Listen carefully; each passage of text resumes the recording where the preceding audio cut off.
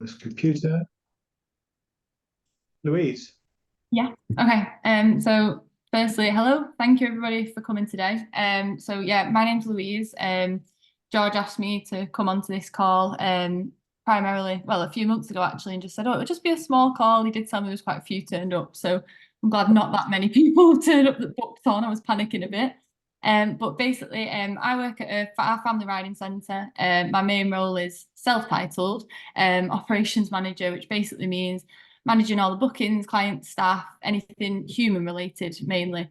So like I say, George rang me a few months ago, a webinar talking about the sort of types of sessions, ideas and things we run at our centre. And I thought it sounded like a brilliant idea because since joining the ABRS, I've had some good conversations with George and other members about how we want to like share ideas, network across centres, and believe that centres like working together to share ideas is like a more positive move for the industry as a whole. So on the other hand, primarily like my professional background is in marketing. So I studied at Salford Business School with a first class degree in marketing. But I've also grown up at our family riding school. So I've been surrounded by this business and lifestyle and everything forever. A lot of my studies focused on the marketing for riding centres, because it's what I knew and it was always what I was sort of interested in as well.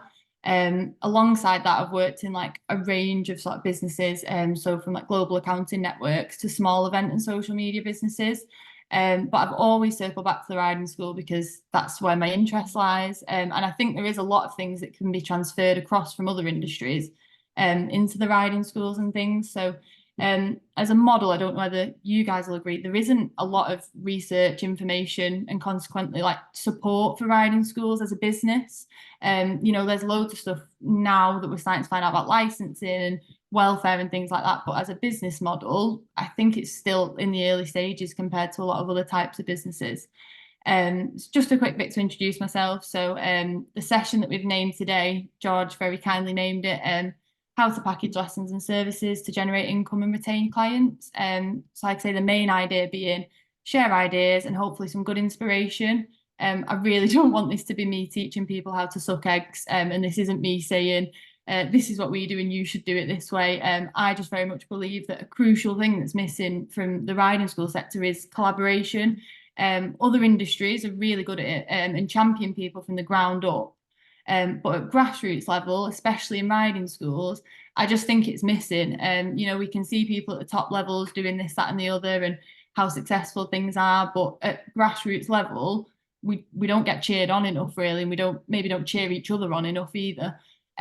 So yeah, like I say, we're just happy to share ideas. And through doing this myself, we've found lots of gaps in things that I could do better here and we could do better. So I hope it generates some more inspiration for you guys. I just prefer, George, I know when we spoke, but if anybody wants to jump in with questions going through, that's much easier for me rather than getting to the end and forgetting them or falling asleep. So I don't know whether, can you raise hands in the Zoom, George, or is it just shout out? And you can raise hands, and but if people want to jump in, you can jump in as well. It's fine by me. Yeah, just by all means, jump in and tell them to shut up or share your own ideas. I'd much prefer that. So I'm hoping you can see the next slides. I just thought we'd just share some pictures just to give you a bit of an idea of who we are. Otherwise, it defeats the point of the whole talk.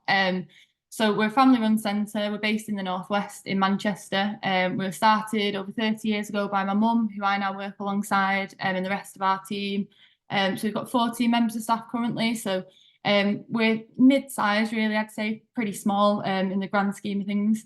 But we're very much in a city riding centre. We're about 15 minutes from Manchester city centre, so really in the middle of the city centre.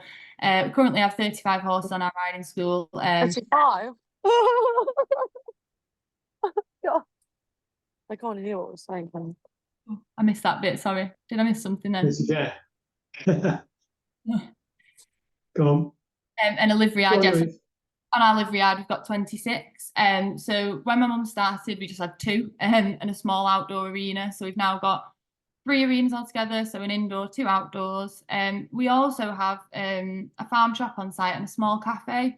So both of which are rented and managed by other family businesses on here.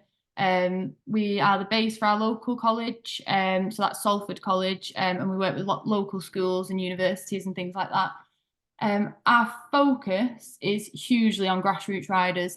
We start from 5 years old, but we've got a really good base of adult riders as well.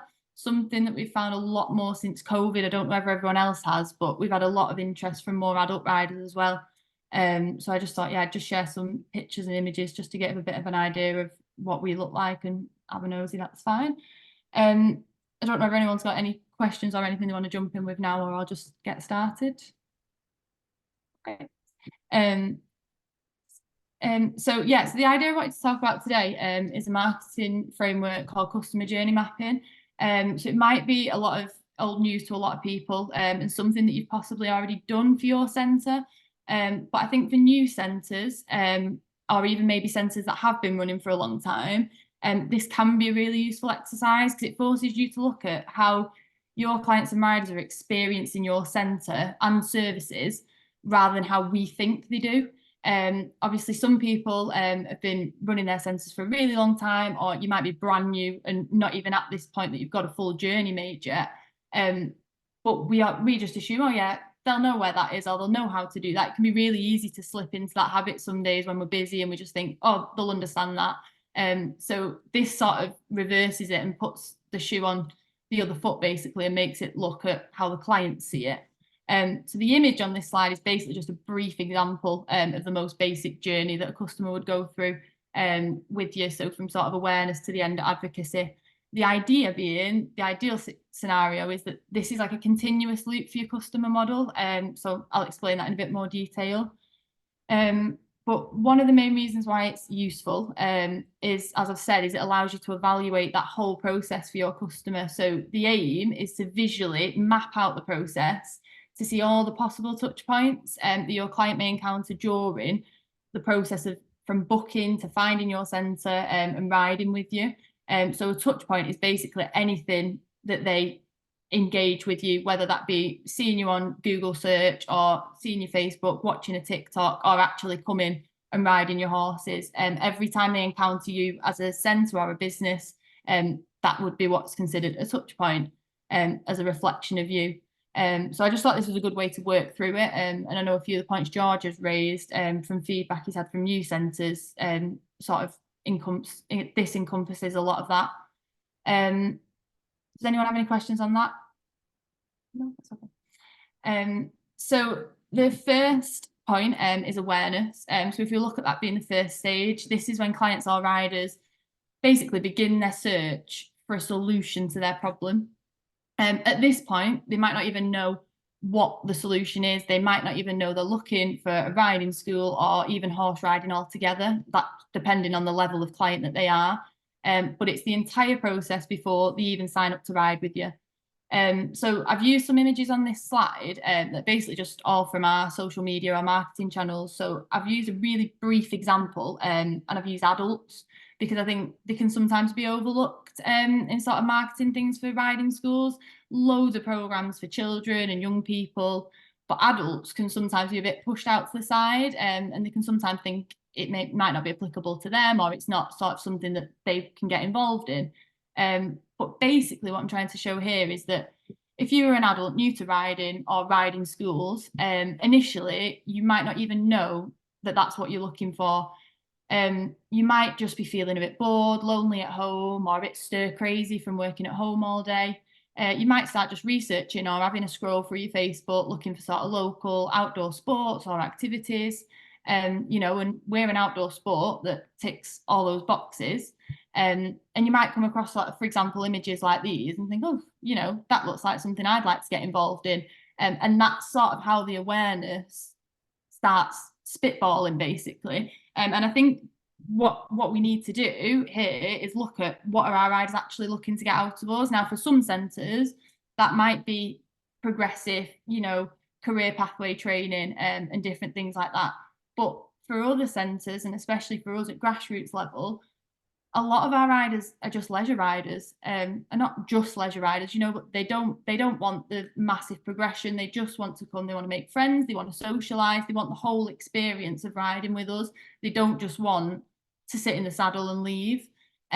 So as a business at this point, our aim is to deliver content that encourages those clients to consider our centre or even horse riding in general. So you need to be showing like that you can offer solutions to alleviate the client's pain points, and think a bit like outside the box. It might not be an adult rider that's new to riding. It might be an adult rider that has their own horse, but they might keep it at home. They might be bored. They might think, oh, I've lost a bit of confidence. What can a riding school bring to that situation? And we might overlook it. I know a lot of centres at the moment are saying like we've got a lot of demand and not enough capacity, and just think, well, the people that want to ride with us will contact us. But the point of looking at this stage is the way that we present and promote ourselves as centres can influence the client's decision at this point. You know, the way we show ourselves off as an industry as a whole or as a centre as a whole can be the difference between someone picking up tennis as opposed to horse riding. So we can influence and encourage our riders and show what we think is so good about horse riding and our centre. So to highlight the positive benefits of it and equestrian as a whole and champion the sport, really. Did someone have a question? No? Okay. So basically how we're doing at this stage is making content, educating and informing people of all the benefits we enjoy. So whether that be via social media, even posters in your local leisure centre, schools, attending local events, loads of ways you could engage to a potential new audience of clients, or like I say, content isn't just social media. There's loads of different ways you could network and get yourself out there with it. But I think what's important to remember as well is this idea doesn't just have to be used for new people and attracting new people. You could restart this whole journey for your existing clients and look at, are they aware of different activities that are going on in our centre and things like that. You know, you might be starting a new programme of awards and you're thinking, oh, well, everyone will just know about it because I put a poster up in our reception. But maybe they just tunnel vision when they come in and book for their lesson, and they've not even seen it. So are you making sure there's enough touch points with all the riders and all your potential clients that would attract them to you? Does anyone have anything at this point? I'll just keep pausing after each one if that's easier. Anyone have any good ideas of how they market themselves to other people or new people or anything like that? Okay. So in this next stage, we would class it as consideration. So basically at this point, your clients decided, yeah, they'd like to start horse riding. They might not know at this point specifically how, but they've sort of decided, yeah, this is for me. And I'm going to start considering all my options. So at this point, they would be like comparing, contrasting, researching, could be comparing local centres, but they could also be comparing, do they want regular lessons or do they just want, you know, a trekking holiday, or as well as things that we all know, things like, oh, should I just go and loan my cousin's pony instead, and things like that. There's loads of different options that they'll be weighing up to think, how do I get the access to the solution to my problem? So what we should be doing here, and I've just put some like really brief examples again on this slide, is and the questions at the side as well are just real sort of pinpoints of some questions that we could be looking at overall. So here we should basically be delivering sort of our service marketing content, so information that explains what services your centre offers. And now that's not just as sort of black and white as a price list and a service list. The aim at this point is to really sort of show that you as a person, your personality of your centre to your clients. So the aim being is to simplify that decision making so that they're not thinking, oh, should I go loaning? Should I go on a trek? Should I go and do this? They decide that's the most attractive place for me, and that's ticking all my boxes. You won't tick everyone's boxes. That's the point. That's why we've all got a USP. That's why we're all a bit different, and we can all share ideas of how we all do different things differently. So things like testimonials from your current riders. Easy one, the best one is like photos and profiles of your horses and ponies, show them who they are, because that's the main thing we've all got. Case studies from riders that might like show the benefits that they've achieved from riding with your centre. Photos and videos of what you look like, or even something like, I've put a bit of an example there, like a taster or like an open drop-in session where they could experience your centre and sort of understand the atmosphere and what it looks like and how it's presented. So the whole idea is to show potential clients why they would want to ride with you specifically, show your personality and your USP to the right people in the right places. And by right place, I mean, for example, if you're, is that a question? Hey, What's that, sorry? Unique selling point. oh, right, it's okay, I've had it answered. Okay, that's fine. Yeah, USP being your unique selling point. So for example, if you're targeting young riders, you might be a pony party company, you're focusing on parents or obviously children, you should be on TikTok, make short, snappy videos, maybe just having fun around your centre, or even more so like aspirational content. So something like a bit of a thumbnail that I've put on this picture here where it says tack up and ride. Get one of your riders to sort of video themselves having a riding lesson, packing up, getting themselves ready, come for a riding lesson at our centre, and do a bit of a walkthrough video of going for a riding lesson. And there's obviously a lot more that can be said in this bit about your marketing and social media and content ideas. But I know George had a lot of feedback recently and wanted to focus more on the later stages. So I thought I'd just sort of briefly give some ideas at this point. Does anyone have any questions about any of that bit?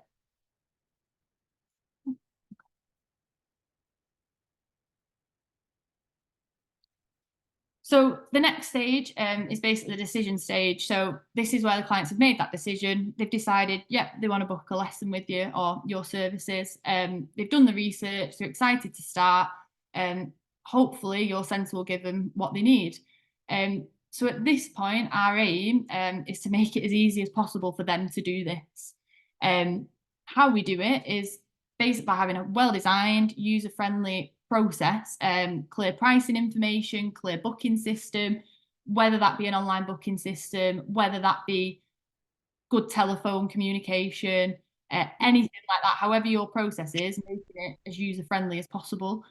So for an example here, something that I've been speaking with Kathy about quite a bit as well, I really wanted to talk about a process we've started, which was since joining the ABRS, is the way we've packaged our beginner lessons. So it's hugely benefited the way we deliver the lessons to our new riders. So we used to do for years and years, like weekly sort of ad hoc beginner lessons. So say, for example, every Sunday at 3 p.m, that would be our beginner lead rein lesson. What we began to find, especially since COVID maybe as well, and sort of when that demand for horse riding really picked up as well a bit after that COVID rush, riders and coaches and horses, it just sort of wasn't working for us and what we were trying to build. So the riders wanted more regular lessons, feedback, progression and things like that. They didn't want to come on that ad hoc basis. For us, we're not in like a touristy area or anything like that. So obviously if that's your business as a tourist business, it's different. But just in this example, obviously our riders were very local and they want to come to us on a weekly, bi-weekly basis. And the same for the coach as well. So in terms of like employee retention and things, our coach was struggling to move those riders past the first few lessons because new people kept jumping in each week. So you might have a couple of people that have managed to book every week, but then you'd get 3 new ones one week and you know what it's like, you're sort of starting then at the beginning, and it gets a bit frustrating and a bit like juggling cats. So we actually looked at a lot of other sports for children, and I started to book swimming lessons for my toddler, and you could not just book swimming lessons like each week. It's just doesn't happen, not around here anyway. So we looked at that and sort of thought, well, we're actually a high risk sport, you know, there's a lot to it. It isn't just a case of getting on and getting off. And our riders wanted to learn. So we decided to try it as a short course, 8 weekly sessions for our beginner riders, see how it went. I'd seen it in like another sports, like I say, Mum was like, no, I don't think this will work. This is how we've done it. This is how we're going to keep doing it on a weekly basis, keep those beginner riders ticking in. But I don't know about yourselves, but we're getting a lot of feedback from our riders and obviously parents that they want tangible evidence of riding. And the ABRS rosettes were a really good way to get this. So even just for things like show and tell at school, for the little riders and things like that. And it gives them a bit of a pathway to start their journey and a bit of a like confidence boost. So they can see, oh, I've got a rosette, like leading a pony, something like that. So it encourages that social aspect as well. So by booking it as that block of 8 weeks. It's the same 8 week of riders. It's the same group of riders each week. They make friends, they learn with each other like our more experienced groups do. And we can establish a better relationship with them. So for us, it's just been a great example of simplifying that customer decision process. They sign up, they book the course in one, they book it in advance as a block, rather than just rushing to book like 8 ad hoc groups, and having a bit of like gap in their learning. We use the lowest level rosettes. We've actually changed it from the rosettes we've used in the picture. We use 6 rosettes now, and we've brought some of the first time ones in for the next sessions and things that we're doing as well. We factor the cost of the rosettes into the course, and we make it clear before they start that, you know, it's non-transferable. The way it's designed is they have to attend each week. We were very surprised anyway by the amount of people that booked it and then either just never came and committed to it. A lot of people, we've actually ended up on the other end of the scale now, and we've actually put a pause on it because we've had so many of them get to the end of the 8 weeks, they've wanted to continue with it. So it means it gives us a good indication of those riders that do want to continue and move on to the next stage as well. So in terms of like other little ideas as well as to how we make that decision process easier, things like what to wear, having it on your website, or maybe popping them an email or a message before telling them what boots to wear or what joggers or what pants or trousers and things if it's a new rider. Other ideas we have is things like on the screen is like, this is a bit of a welcome pack that we made. So I just put this together in Google Docs, could use something like Microsoft Word, anything like that. Just with, is there a question? Oh wait, I can't hear you. Are you on mute?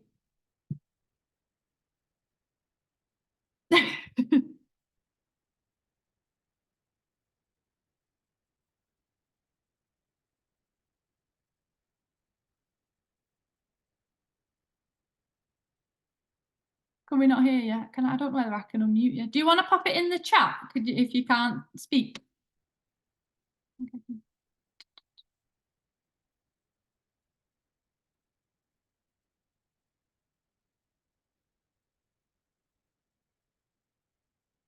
Oh, I got it.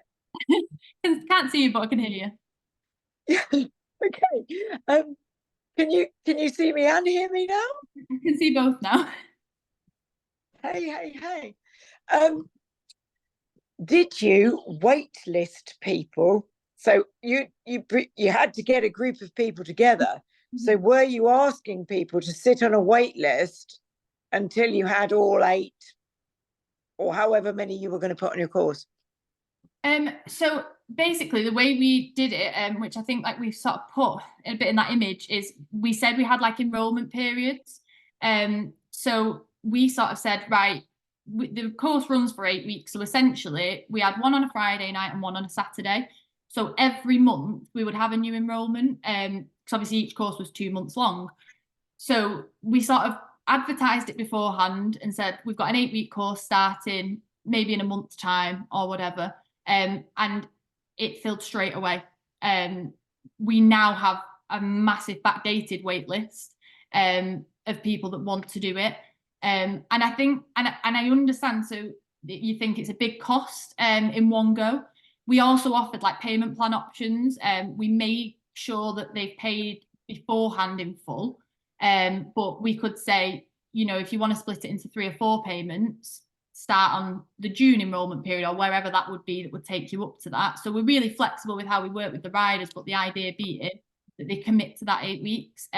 We now have a waiting list of people that want to join, but we try and sort of enroll them in advance, not too far in advance, because then that's when they sort of start getting a bit bored or changing their mind and, you know, things come up. But we tend to enroll like a month ahead for the next month's course. Okay, I can't see the pictures you're putting up. I don't know. I'm hopeless on this, apparently. Where are the pictures? It should be. You should be able to see it. It should just be on your screen. Is that right, Georgia? Should. Well, it's not. Can anyone else see them? No. Yes. Are you on a phone? Is that maybe why? Yeah, I'm on a phone. No, I just. But I can't see the pictures. Oh, that's so sad. Okay. Well, Ah. I can, oh, someone else, it's visible on mobile. Is there like a square you have to, or a screen bit you have to press maybe? Right, well, I know George will be sending the pictures around as well, so hopefully that illustrates it a bit nicer. All right, thank you. So yeah, so basically this was sort of just another thing that we share out. This is like a welcome pack, made it on Google Docs, just goes through some of the like FAQs and frequently asked questions, what to wear. We just took a screenshot of our Google Earth picture and labeled things like where the arenas are from the car park. And it just gives your customers, I think, just a bit more of appreciation just before they start, basically. And you only have to make it once and then it's done. And then another thing that we do now is like on the screen. So it's a rider induction. So we have this on a clipboard for each new person on our private lessons. So obviously we still run private lessons for new riders as well. You don't have to come on the beginner course. So we put this on a clipboard. So when the rider arrives, we make sure we've ticked all these boxes. I think this was one of our COVID ones actually that we did to make sure we did all the PPE and everything like that. But this was a really good idea because it means if there's anything that you think your coaches are missing out, that conversation with your riders, you can go through it. And we also now get our riders to sign it to make sure like that they've agreed to, things like the safe health and safety rules, and it's just really good for our risk assessment. We upload it onto the rider's profile or in their file or however you store your rider information with their consent form, and we can see they've had the most basic induction. We even include things on there because some of our coaches are a nightmare to remember to like recommend us on like social media and follow us on Instagram and stuff like that. So if that's where you're at pushing those type of things, that first point of contact with them when they come for their first lesson, that's just a really good easy checklist to put in. And we just got these printed in bulk from like our local printer, but you could just print them as you need them really.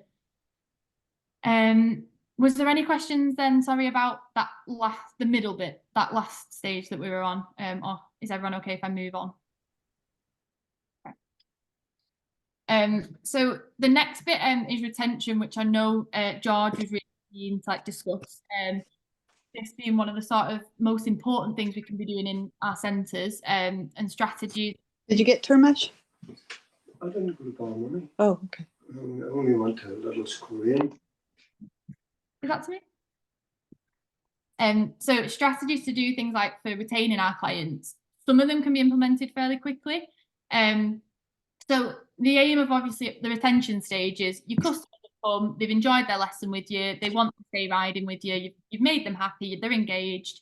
It's essentially now keeping them riding with you. In terms of the benefits of retaining your riders, it's cost effective. So there is a lot of research that suggests that acquiring a new customer is actually 5 times more expensive than retaining an existing one, because you've not got to re-spend on finding them, attracting them, all the setup costs and everything. They're also more likely to spend with your centre over a longer period of time. And it also allows you to build a better and stronger customer relationship, and they're much more likely to recommend you to friends and families. And for us as well, like when we're talking about the relationship, we are a family-run business. We live on site, which I'm sure a lot of people do. We like to see the same faces. We like to know who's walking past our front door and things like that. So it's just a better way to keep them coming with you. It works really well. And I like to think, it's not something anyone does perfectly at all, but it's something that we put a lot of time and effort into. So ideas of how centres and how we can do this, I put a couple on this screen, is like maintaining regular communication with your riders first and foremost. So keeping them in the loop with regular updates. So if you are on social media, firstly using your social media channels, obviously updates.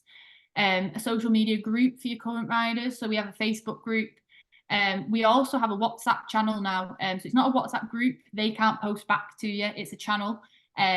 It's on one of the newer updates of WhatsApp. You can literally just post out updates, clients and your followers on there. You can't see who's following you, but they can still respond and things to what you put out on there. And then things like newsletters. So I've put some examples of our WhatsApp channel on there. So we put a post up, just a message on the WhatsApp saying, would anyone be interested if we ran some ABRS Rosette Award sessions? And then we got like 30 people that loved it. Is there a question? Oh, no. Oh, I didn't hear that. Okay, I'll carry on.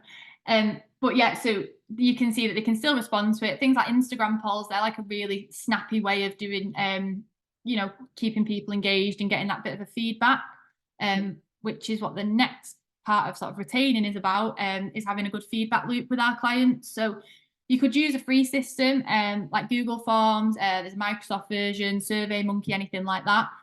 Just to create a really simple feedback form. I've put an example of one we use. This is actually just a waiting list for our membership group that we have, which is a group of our regular riders.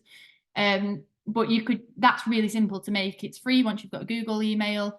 So you could just gather information about what they would like on their summer event schedule, how their lesson was. We do use EC Pro, but I know I don't know how you say the other one, but Hapoti, however you say that, probably just butchered that. They do like a rider rating, don't they, after you've had like a group lesson.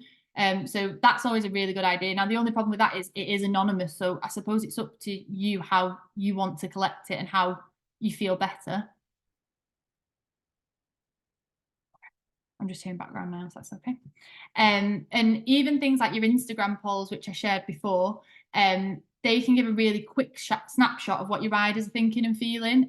But even a simpler example could just be having a checklist form and doing it in person, and just picking a random selection of your riders through the week, asking your coaches to fill in a quick questionnaire with them after their lesson. You know, did you enjoy that? What are you interested in? Do you prefer dressage? Do you prefer cross country? Whatever you want to gather that will guide you developing and improving that customer experience, you could use that. And then obviously there's the wider ones like TripAdvisor, Facebook, Google, and think about if you encourage your riders to use things like that. You might want it on a more personal scale. You might want to encourage it on a more intimate scale, like the forms directly to yourself, but they are where other people will go in their research stage. So here is just an example of something else that that we made on Google again, actually. I think this was just a Google Docs that we've made. So this is like our lesson levels framework. This is a really old one that we made actually now. We've sort of rehashed it all. And like a schedule of our group lessons, which I know a lot of people have, but it might be new to some people, or you might just still be making your centre.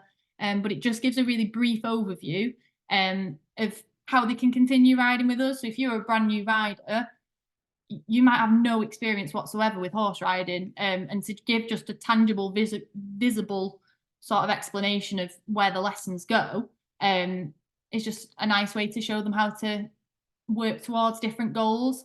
And then obviously like a schedule just to give them other options of things they could get involved in during the week. This one is just like some social media ideas, don't involve like riding, but it does add to the feel and the atmosphere that you want to create for your customer experience. You could have like the best horses in the world, and I know everyone thinks we've all got the best horses in the world. That's absolutely brilliant. But at grassroots level, if your riders are feeling, oh, I don't know where I am, I don't know where I'm coming here, when I'm coming here and I'm a bit uncomfortable every time they come, they'll ultimately find somewhere or something else that will fix that for them. So even just sort of little community things, like most of these, to be honest, are ideas that we did through COVID, but we've carried them on. So even things like changing a picture of your profile picture to a picture of your rider once a month, and getting them to sort of take the best picture, that's just a really nice way to engage your riders as a community. So in terms of like the progressing, to just add a question about that on the chat, that is still something we are like fighting with, and I know I've spoke to a couple of other people recently about it as well. It is still something that is really challenging for us. You know, I think all we can do is educate and inform, but you always get the mums that, you know, think, I've done 6 lessons, I've ticked it all off, I've done, that's it, we've completed horse riding. So it is just managing those expectations. But we do find, if I just move on to the next slide, other things like this one's just like a rider development tracker. So opening that bigger conversation with your riders. This could just be used as like a lesson diary, but giving them those mini goals and showing them that it isn't just I can trot now, that's it. Things like this, which being the progressive rider test, is something that we're really keen to bring in a lot more for our riders. And that's to show that it's a longer process. It isn't just tick, tick, tick, I'll move through the lesson levels, you know, and now I'm on a novice lesson or whatever. It gives a bit of a syllabus to what they're learning about. So, and that's why I do think at the beginner course, it's really good to have those rosettes, because it makes them realise they're actually achieving something and they're actually learning something. So to create these graphics, I've used Canva for some of these. So there is a free version, and then there is a pro version, which I want to say is like £99 for the year. That just gives you more graphics and stuff. A lot of it you can do on the free version. So that's Canva. I'll type it in the chat if I can. But then a lot of it we just make through Google Docs as well, just as sort of graphics on Google Docs and PowerPoint and things like that as well. And I think that's another big thing, is just making them look concise and makes it a lot more effective. So keeping, you know, the same color schemes and different things like that go towards your branding makes it look a lot smarter. Moving, so on the other side of the conversation of obviously like lesson progression and stuff like that, obviously some riders, and actually quite a lot of our riders, like I say, are here just for leisure riding, and they don't want to progress. You know, we're sometimes really good, not me as much, but my mum loves competing, loves taking her horses out, so she sometimes can't wrap her head around the fact that riders don't want to come and jump the big tracks and ride the advanced horses. 99% of our riders some days just want to come and pootle about, you know, and they want to come and have a chat with Connor, one of our coaches, and tell them about what they've been doing with the day. And that's absolutely fine. That's great. But we should be making sure then that what they want out of it, they can get out of it. So they don't want to focus on the progression. They don't want to focus on the training. So events and activities that keep all those different problems and solutions invested is really important.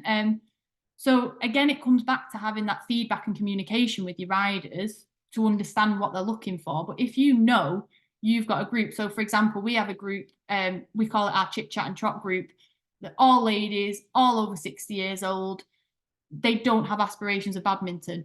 They just want to come and enjoy their horses, enjoy their friends, have a brew, and get out for the day. So we bring a lot of things in like that. So just some little ideas is our vets come and do talks for us, and just do things about horse first aid and or handling horses or bandaging or things that your coaches can put on as well. We started like a little hacking club, so we just go trekking around the fields and stuff. It doesn't have to be progressive. And then that's just another example of something that we have in our reception. We just put a little library shelf there. So all the pony mags that the kids were leaving with us, or the magazines that we were getting and reading in the house and then finish with, we've just put them on offer for, you know, if you're not a horsey family, you might not want to subscribe to Horse and Hound or British Dressage or whatever, but you can come in and have a read and it's part of the experience. Do you find you need to move riders on because you can't service their needs? Is that in terms of move them onto another centre or onto another like level of session, George? Sorry. Another centre, or just no. So we do have so all our coaches, we have stage 3 coaches, we have stage 5 coaches, we have centre coach, we have all different levels of coaches, but the majority of our riders are at that grassroots level. We can offer training up to the high levels. We do have some advanced horses, and we do a really good job of doing that. And the conversation that we've been having more so is sometimes, especially through the winter, having an indoor arena, it gets really repetitive. I don't know whether other people find that. Sometimes you think we're just in the indoor arena all the time sometimes, which I know is a blessing in disguise. But then when it gets to spring, summertime, when there's eventually some sunshine, your advanced riders, are struggling riding in an outdoor arena because they're like a deer in headlights. So what they can do in an indoor arena, they might not be able to do in your jump field or your outdoor. So showing that sort of dynamic of different areas and different things to do and keeping it really engaging is, and again, that just focuses back down onto the communication that we have, like with riders. A lot of it is to do with the chat that they have with their coach, don't they, within their lesson, that, you know, I want to focus on dressage or I want to focus on that, and having a really good system with your coaches to chat about what we can bring in. So we brought in the part of the e-riders, the dressage league, because we've got a lot of ladies that wanted to do some dressage, so they can now get their e-riders text filmed as part of their lesson and stuff like that. So just different ideas like that as well that keep it a long-term thing. Last bit is the stage called advocacy. So this is what we would aim for all clients to reach. So this is when your client they might not be reminding you for ages, but they are so loyal to your centre that they start actively promoting you and recommending you to others. So that could be in terms of on social media, it could be in terms of to their friends and family. I just put some examples here of like a really nice post one of our riders left when they completed their 8-week rosette course. So that was her little nephew that she brought, and I just thought that was a nice example of it's showing, you know, it's just a nice review, which I know everybody will get all the time. What I wanted to highlight in that was in our private riders group. So brilliant, all our riders saw it, but we didn't have that in the right place, because we should have feedback like that where other people can see it and potential new riders can see it. So we need to use that feedback. Obviously ask the lady who's posted it, do you mind if we share this out and stuff, and use it as a testimonial on our website, on our social media, and not just think, oh, that's nice, they've said a nice thing about us. Like, repurpose it and use it to your benefit as well. The best ways to do it, like I say, is giving that opportunity for feedback. So whether you're sending out the surveys or you're just having a quick checklist of questions to some handful of riders, it will help you find those riders as well that are good examples for case studies, for your social media posts, for your content, for your posters in your office, however you want to do it. That's having that opportunity for feedback and communication is the best way, but also acknowledging it. So if you do a survey and it reveals something that's coming up quite often and you think, yeah, I can do a quick fix about that, make sure you've addressed it and make sure you've put it in your newsletter the next time, or a social media post to say, yeah, you know, we've changed how we do this, or, you know, we've fixed this in such a body stable or something. We all do so much work behind the scenes, and then our riders just turn up and think, oh, look, this all just happens. Like, just sometimes pause and think, actually, I'm going to show them that the vet is here doing 30 sets of teeth today, and we're, you know, bent over backwards building this course, or we're doing that. Like, just cheer yourselves on a bit as well sometimes. Other things then, again, is like things like social media giveaways, having those customer profiles. So this is like a member of the month that we put on our newsletter, just to cheer about one of our clients. So we make them into an advocate for our centre. We sort of cheer them on and put them in the limelight for a bit, and show how much we appreciate them. And it usually works both ways then. And then there's other ideas, like obviously like loyalty card schemes. However you keep that engagement going, is you will know from your riders, obviously in the feedback you get, what would be better for you. So that was really everything on all the points, and I've just put a little recap of the map there. But if anybody has any questions or ideas that they do, please shout out. So just one question about that. So the e-dressage, we just let them manage it themselves. So we just, if they want to do it as part of their riding lesson, so we just made this quick little poster here. We just put it as part of that. So we joined our riding school, which I think is free to do, signed it up on e-riders. They can make their profile as part of the e-riders, and we can film it within their lesson, or we can run through the dressage tests with them, however they want to do it. They just know they can do it as part of their lesson, but they pay the entry fee, and they pay, you know, any sign-up fees and everything. They get all the prizes should they win and things like that. But yeah, so it's just our standard lesson fee. So yeah, we do have a membership scheme, and we started it massively in April. So we do it as they still book all their lessons individually, they book it as they would normally, but they pay a yearly membership fee to be part of it. So that means that they get that allocated slot. So they have a regular slot on a Tuesday at 5 o'clock group lesson, or the Wednesday at 7:30 private lesson is allocated to them. They have to book it 2 weeks in advance. Otherwise it gets opened up to all other suitable riders. And we've tried to build in loads of different sort of easy wins into that membership scheme. So we got things like loyalty cards for our cafe, and I just said, would you mind giving everyone a free brew? She said, yep, that's fine. I bought the loyalty cards. Just little wins like that. So then we have the members of the month. So we've got then even more so an engaged and focused group of our riders at that retention stage. So we know that group of riders want to come with us every week, want to be here, want to learn. We do things like a monthly topic talk. So my mum or myself will pick a different topic, again, from doing like an Instagram poll or a WhatsApp poll of what our riders want to learn about.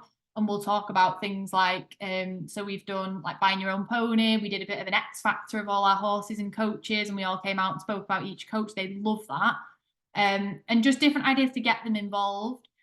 But yeah, and I think everyone here is just champion again the e-riders and how that works, and that it does work really well for us. It's still something we're quite new at doing. We've only been doing it for the past few months, but it's just been a nice way to give your riders that feel like they're owning their own horse. A lot of our riders will never own their own horse, but they want to feel like they're part of it. And I don't think they're should be any less welcome as an equestrian than such a body who owns their own horse. I think they're probably brands of God, some of the teenagers that come up here and how much they're wearing, they're probably bigger customers than the people that have their own horses, because they're not spending the livery fees. So they've got more money to spend on, the jobbers and the matchy and all that type of stuff. So I think that's a good point of just making it feel like they've got as many opportunities as someone with their own horse. Do you know who stopped riding and why as well? Yeah, so because we use a booking system, if a rider wants to close their account, they actually have to contact you. I don't know if everybody else uses EC Pro or different ones know that. So we use that as a good feedback loop. So if they wanted to stop riding with us, we have a bit of an email template that we pop back to them and just say, obviously, sort of, sorry to hear you wanted to stop riding with us. Is there anything we can do? And why is this, so that we can establish why. Obviously, hopefully 9 times out of 10, it's usually GCSEs or teenagers or, confidence knocking. And then so we were finding a lot of confidence being lost in older adults and teenagers following COVID. So we actually started a little confidence club as part of our membership. So one of our coaches does a lot of the Sense 10 mindset coaching and confidence things. So she does a monthly meetup, whether she does it on Zoom or she does it in our reception area, gets together, shares some ideas, all off the horse, just chatting about encouraging each other, sharing pictures of what each other is doing. And that was a good way to sort of get those people that were thinking, I've had a bit of a fall or I've had a knock or whatever, and I'm having a bit of a wobble. That kept them interested. So that was a good way to counteract that, I suppose, as well. I don't know if anyone's got any other questions that they just want to shout out. I've got a question. Can you hear me? I can hear you. Okay, cool. Could you just remind me how big your centre is, and are you supported in just a marketing role? I mean, are you a coach as well? Because I think and is your centre owned, as in does your family own it, or are you leasing it? Yeah, so no, we are. So in terms of how many horses we've got at the moment, we've got 35 on our license, but I think we've actually got 32. We own our business now, just about. We're family run, so we're not a charity, we're not a CIC or anything like that. We are a business. We don't get any sort of funding or anything like that. Everything that we've established, we've built as a business, and we've built probably a business with one of the smallest profit margins in the world, but we've built it as we've built it. No, I'll give you a run for your money.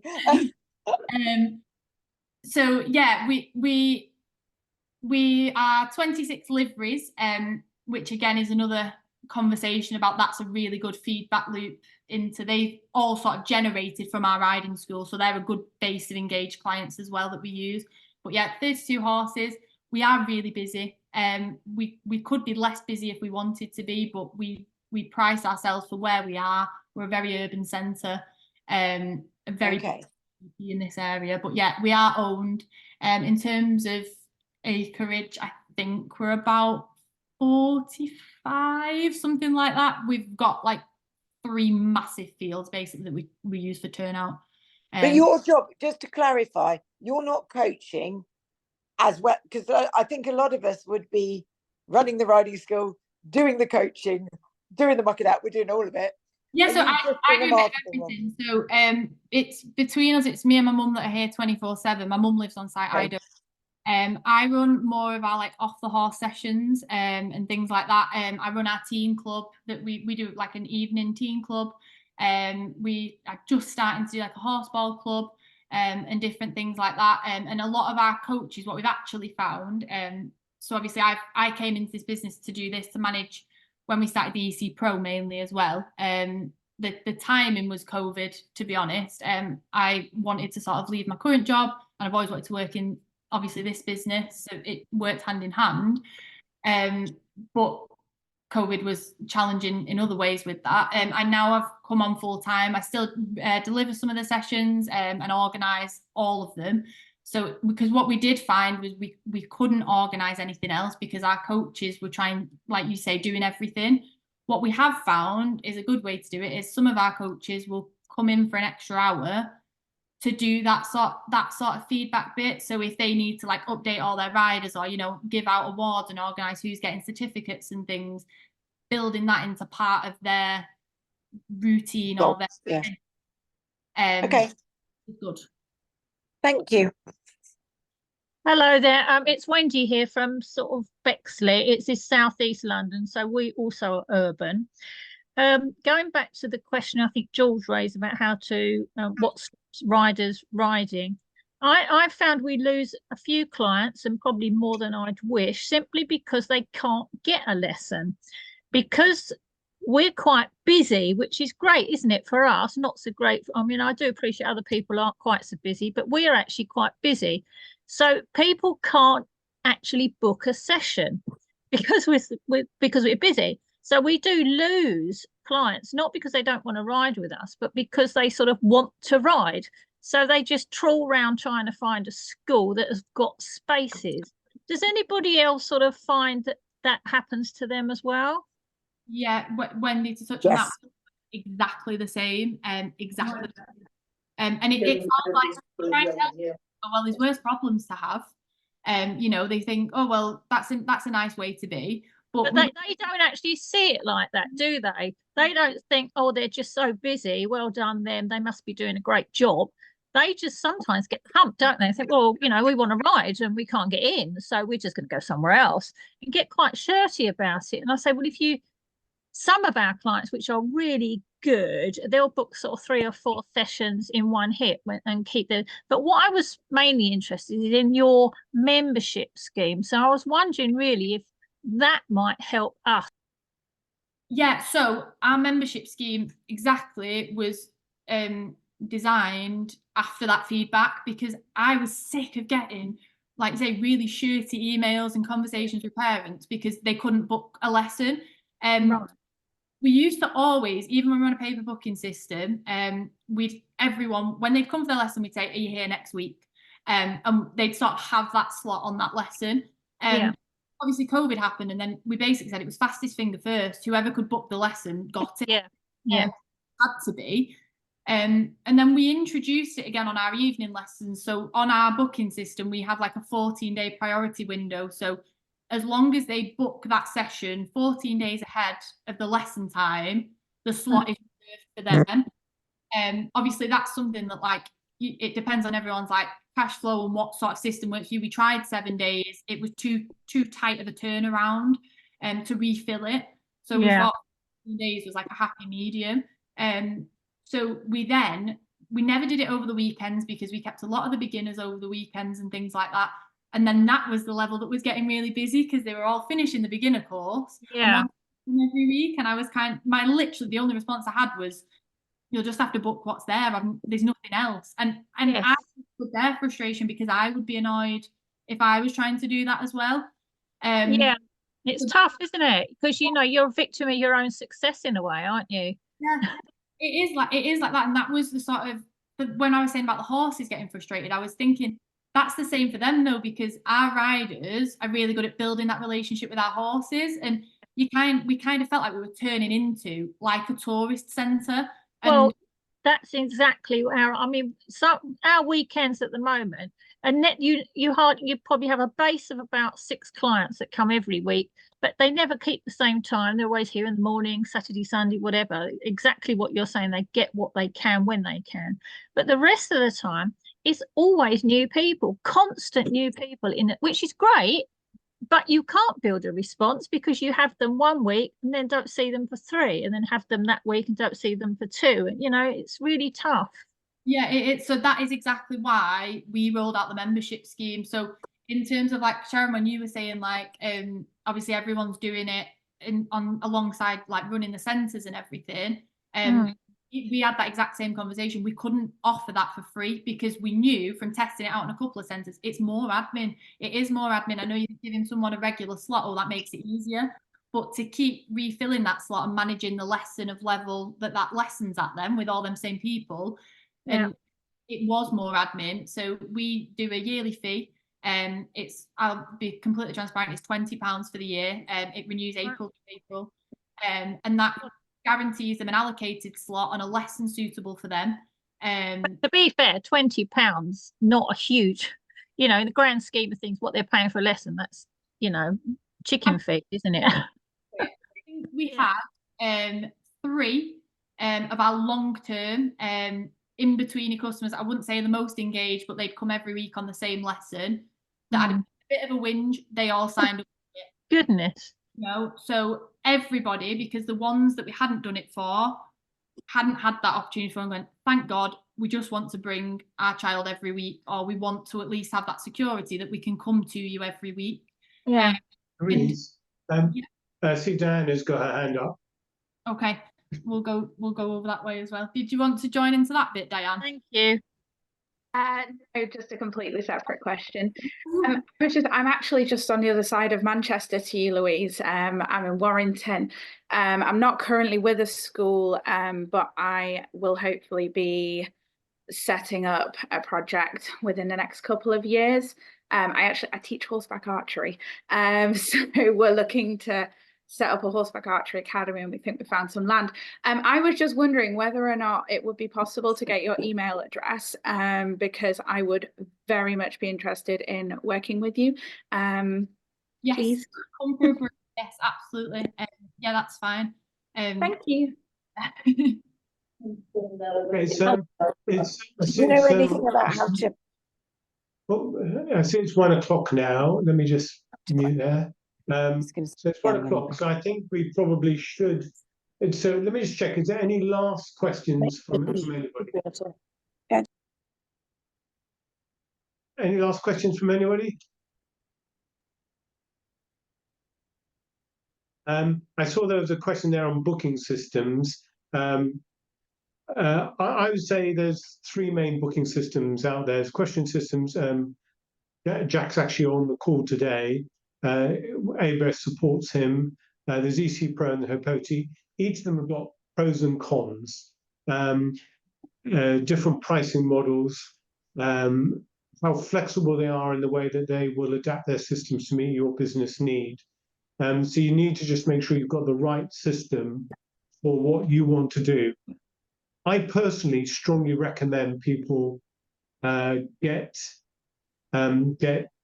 electronic booking systems. It doesn't suit everybody's business, but pretty much everybody who I've persuaded to get a booking system hasn't regretted it in the longer term. So that would be what I'd say. Somebody asked about the recording. It'll be up on the ABRS YouTube channel later today. So finally, any last questions for Louise? So I can let her go. Louise, thank you very much for what you've done today. Thank you, everybody. If anybody's interested to know more about the ABRS, just get in touch with me. I'm always happy to talk to people about what we do, particularly the rosettes and awards which Louise talked about today, which I think are very flexible for this type of thing. All right, cheers. Thank you, everybody. Thank you. Thank you.